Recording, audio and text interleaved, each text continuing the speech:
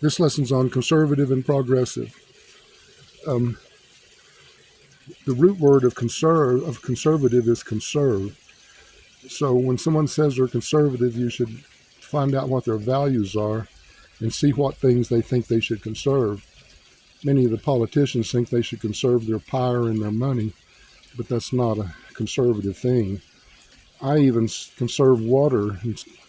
When I'm going to water my plants, or when I'm going to need hot water, I run the cold water into a bucket and use it to water the plants with, so I don't waste it. I know that there's so many people in the world have so much less than me, and it just seems a sin, to waste things that don't need to be wasted. So it is okay to conserve those things that have true values. Jesus suggested that create in me a clean heart, O Lord, or the Lord is my shepherd, I shall not want, are both eternal values that have always been true, will always be true. So it is proper to conserve those. But the watchword of the whole cosmos is progress.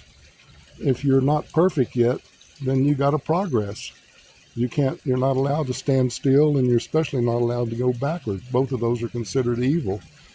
So there's a value to conserving things, but there's also probably a greater value in progressiveness, where you are continuing to progress. You learn lessons and move on. And so from the universal Father, it's gone out to all the children of time and space. It even says it in the Bible, be ye perfect even as I'm perfect. And so it's kind of hard to conceive of on earth of being perfect, especially on our planet. But what is meant by perfect to us in this world is that you obtain divinity of will. You're always wanting to do the Father's will. Your perfection of personality motivation. You're totally motivated to do the God's will, and that your God consciousness. If you achieve those things on earth, then that's perfection on this planet as much as it can be done. Most of the churches, don't even teach that anything can be achieved that's perfect. And it is hard because so much is wrong. But Jesus made a point right before the crucifixion. The apostles asked him, well, what should we do while you're gone?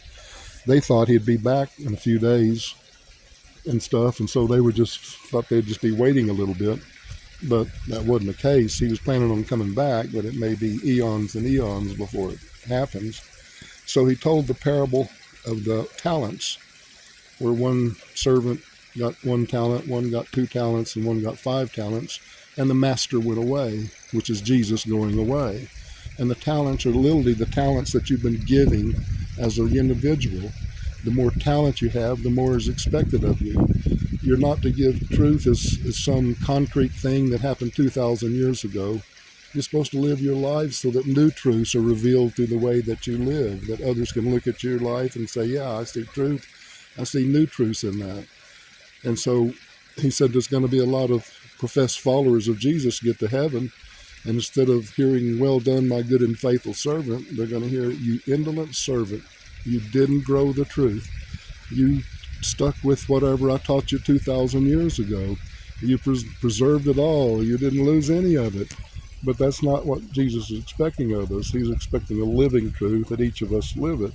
So both conservative and progressive have values, but the greater value is in being progressive and continuing to grow, conserving those things that are true and real, but continuing to grow and learn new truths. Okay, so that's the lesson for today.